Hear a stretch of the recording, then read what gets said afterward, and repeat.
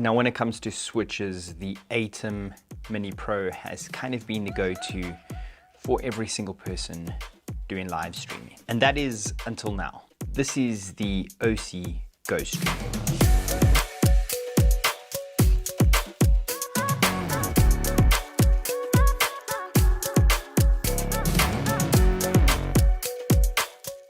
Now, to make this video to the point, because doing a kind of a review on a Stream Deck like this can be intensely long and it is quite complicated, so I'm going to cut to the chase and show you why the Osee GoStream for me is a lot better than getting something like the ATEM Mini Pro. So in the box you get the switcher, obviously, a power adapter with a locking thread, and that's pretty much it.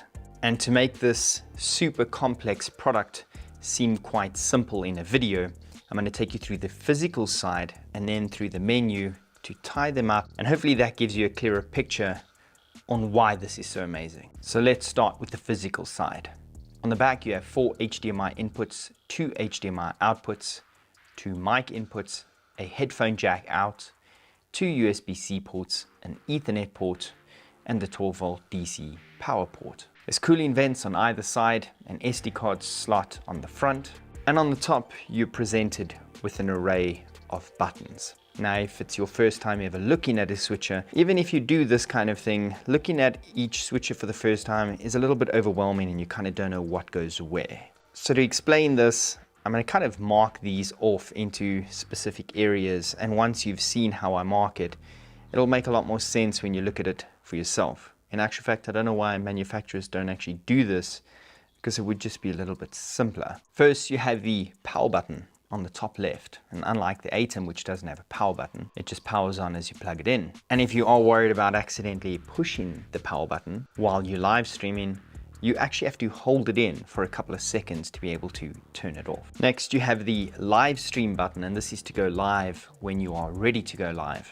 And unlike the ATEM, this you can live stream to 3 different platforms, which is available in the menu, and I'll show you that in a bit. Next, you have your program and preview section. Now, this works a lot better than the ATEM.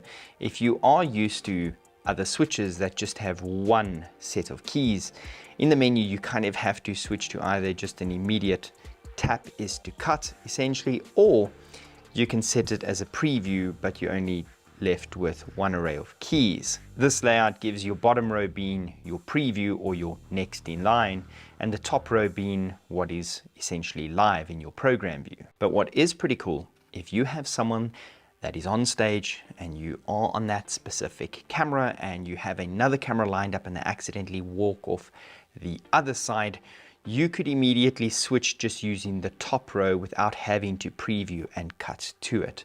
So if you are just tapping the top row, it will immediately switch to that camera, but you can just line it up in preview using the bottom row, which is pretty cool.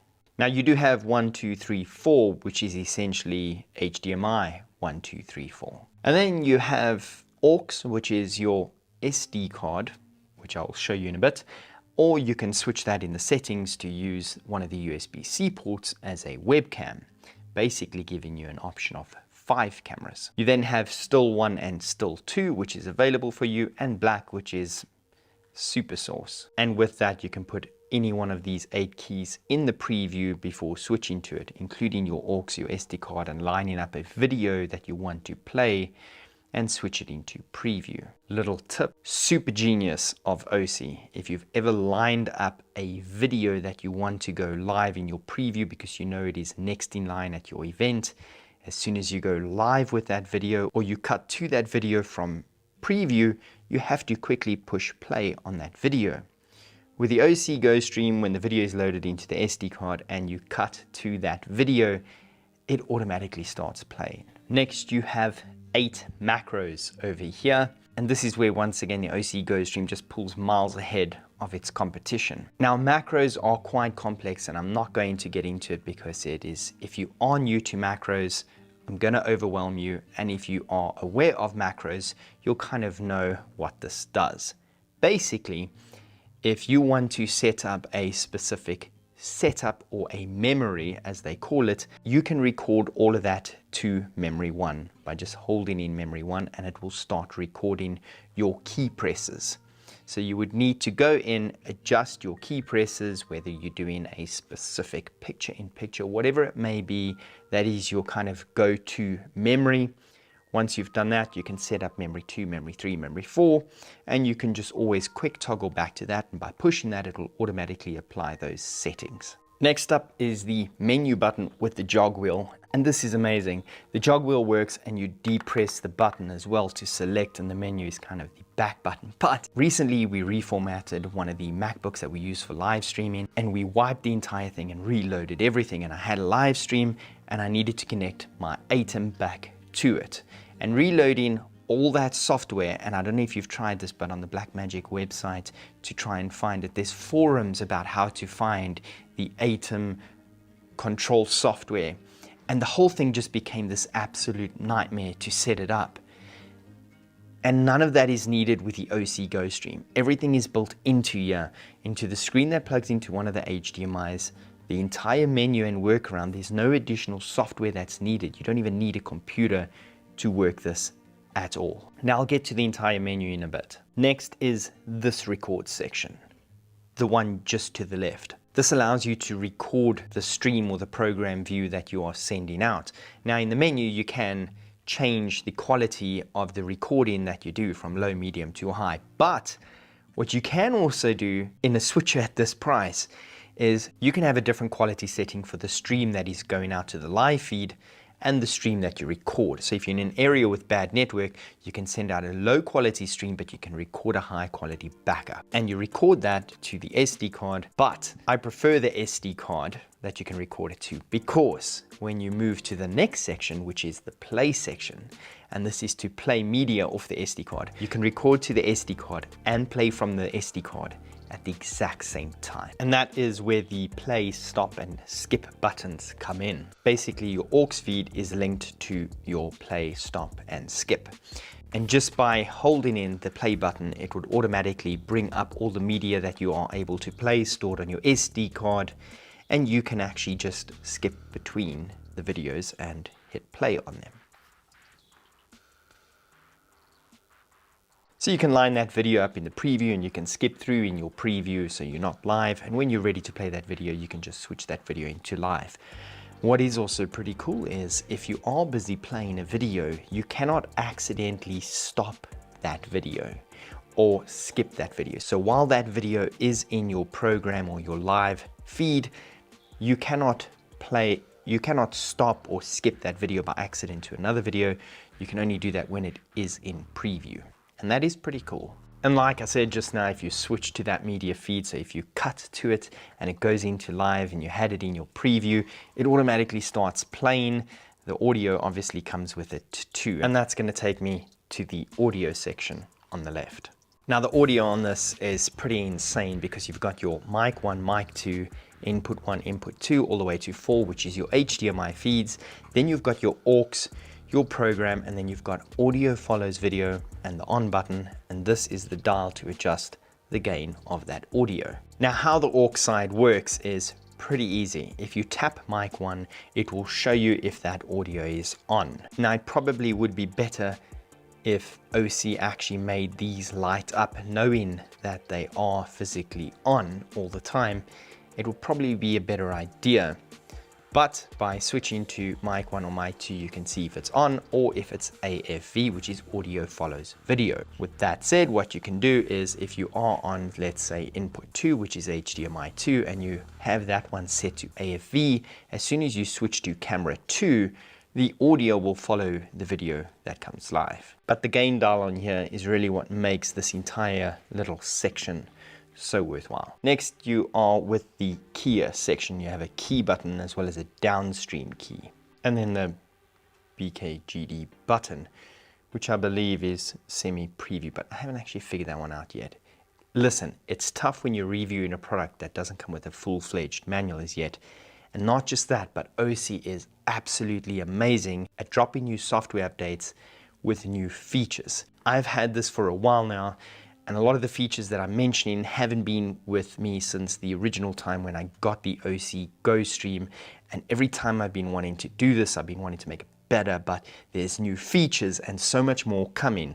So it is kind of tough when it's a new product, but the fact that Osee is dropping updates constantly is what makes this so ahead of everyone else. Now, how this little key and on-air button works, key would essentially kind of give you the preview of this, and when you hit on-air, it would go into on-air or into your program or live feed. Now, in the menu, you can switch what your key button will do, which is what you would call your key type. So your key type could be linked to picture-in-picture, your luma key, your chroma key, or your key pattern. So you can choose in your menu quickly while you are live even what you want that button to do. Now these over here are your transition buttons, and this is amazing.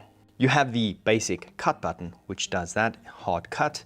You have a fade to black, which fades the video to black. But in the menu, what you can do with Osee is you can set your fade to black to also fade the audio. So if you're like me and for the last couple of years have been live streaming with something like the ATEM Mini Pro and I would fade to black, I would also bring my audio down as well.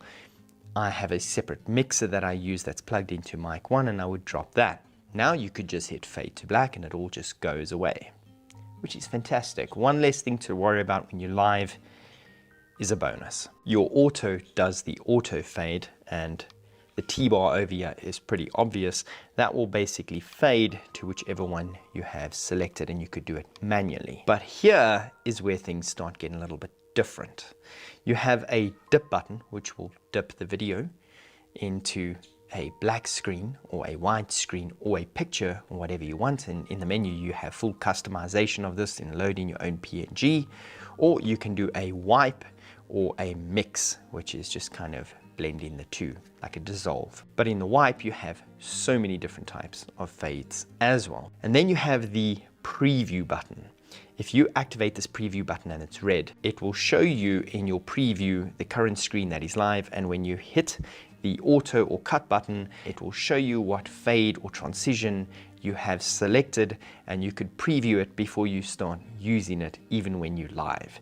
So it's kind of learning your GoStream even when you're live is possible, rather than just kind of sitting there and knowing that once you're live, you cannot make any decisions on the fly. Now on the USB-C port, one of them would essentially operate as an output to a laptop, and the other is for a webcam or something like the OBSBot that I've used over here. Just bearing in mind that this is also NDI. Once you have an NDI license, you can load it in and you can operate NDI if you do use NDI. And that is pretty much everything here.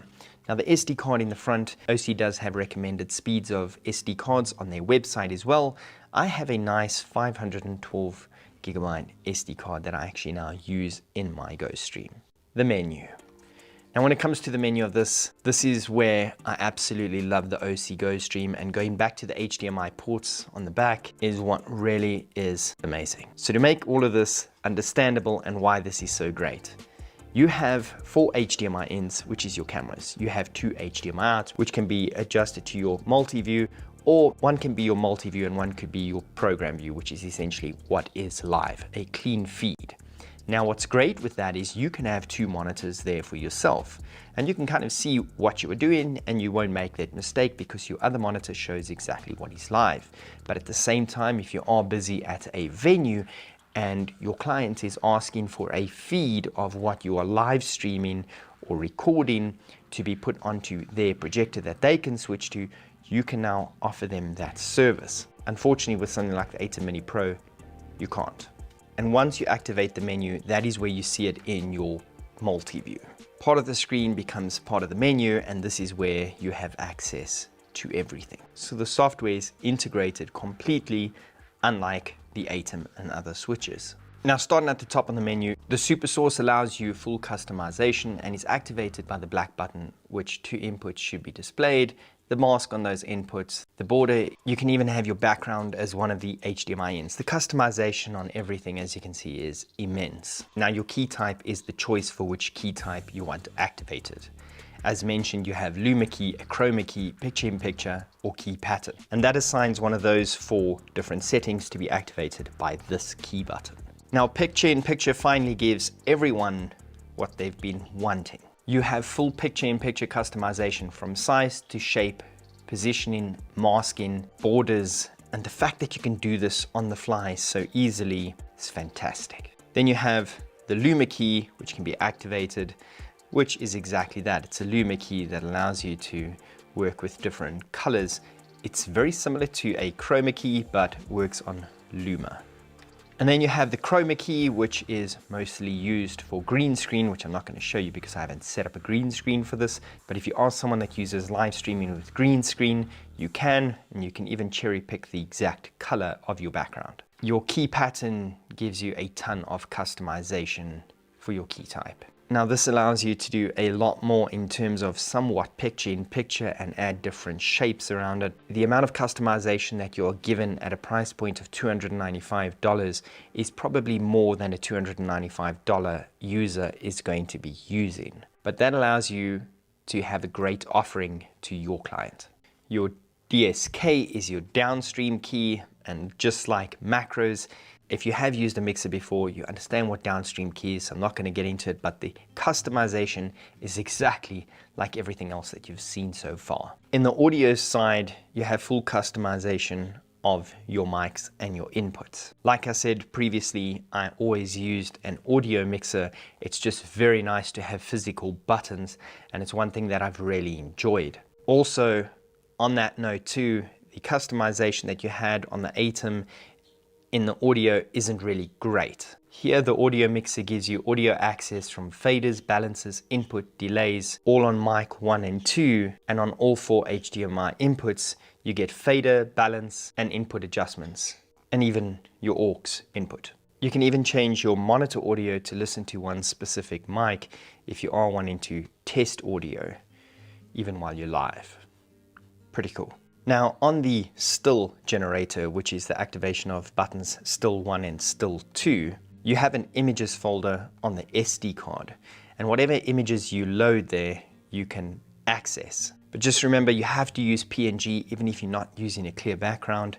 The GoStream does read it as a PNG and not a JPEG. But you do have the option to upload 31 different stills, and then on the fly select if still 1 or still 2 needs to activate which of those 31 images. Now for macros, you have the ability to import macros if you want, or if you want to add a delay. And then the stream section is that part that really sets the GoStream miles ahead of everyone else. You can go in and pick which 3 platforms you want the video to go out to. If you have 3 pre-selected streams that you usually use, perhaps Facebook, Twitch, and YouTube, you could just toggle 2 of them off so that when you go live now, it will only go to the 1 platform. Now on the playback note, which is the aux if it's activated to the SD card, you can choose when you play a video if a video must play once, if it must play on a loop, or if it should be sequential. In other words, just play through all the videos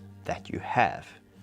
Now, if you've ever used an Atom before and a client has come to you and said, can we put this on a loop at a specific time, you will know how difficult it is to put something on a loop.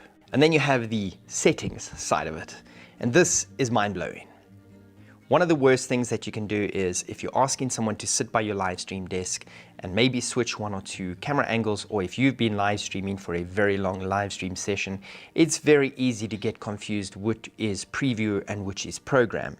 Now the GoStream does allow you to switch the 2 different screens, program and preview, on left or right. But what they also do is allow you to completely change the names. So HDMI 1 can actually say close-up camera or camera 1. You can change your program feed, which I have done, to the word live. So if someone is sitting with me and I've asked them to just take over for me quick while I go and move a camera, they know which is the live screen. Then you have markers that you can activate that don't actually go out to the feed, but they're good for you to be able to see the marker in terms of framing. Your mic inputs can do mic, line, and even mic plus power, which is great for phantom power. And obviously you can customize your own record file, so whatever the record file name should be. Then as mentioned, the aux button can be changed from SD card to the USB camera or PTZ camera, or even an NDI camera. So it's a 4 camera switcher that can be made a 5 channel switcher. And to show you why this is so important, I can have 4 cameras on here in HDMI, I can have my PTZ camera in here, essentially giving me 5 cameras. Then I can switch off my PTZ camera if it's getting to a point of a live stream and just switch it to the SD card and play off that. So I've basically got 5 cameras plus the media that can be played. On my ATEM, unfortunately, when I've got 4 HDMI ins, I'd run 3 cameras and 1 HDMI would be my iPad. So you can quickly see how much more versatility this adds as opposed to the limitations from something like the ATEM Mini Pro. Then you can change your output obviously, but Osee once again with their latest updates, and this is fresh update, have now added all the frame rates you could possibly want. 24, 25, 30 and 60 plus 23,98, 29,97 and 59,94.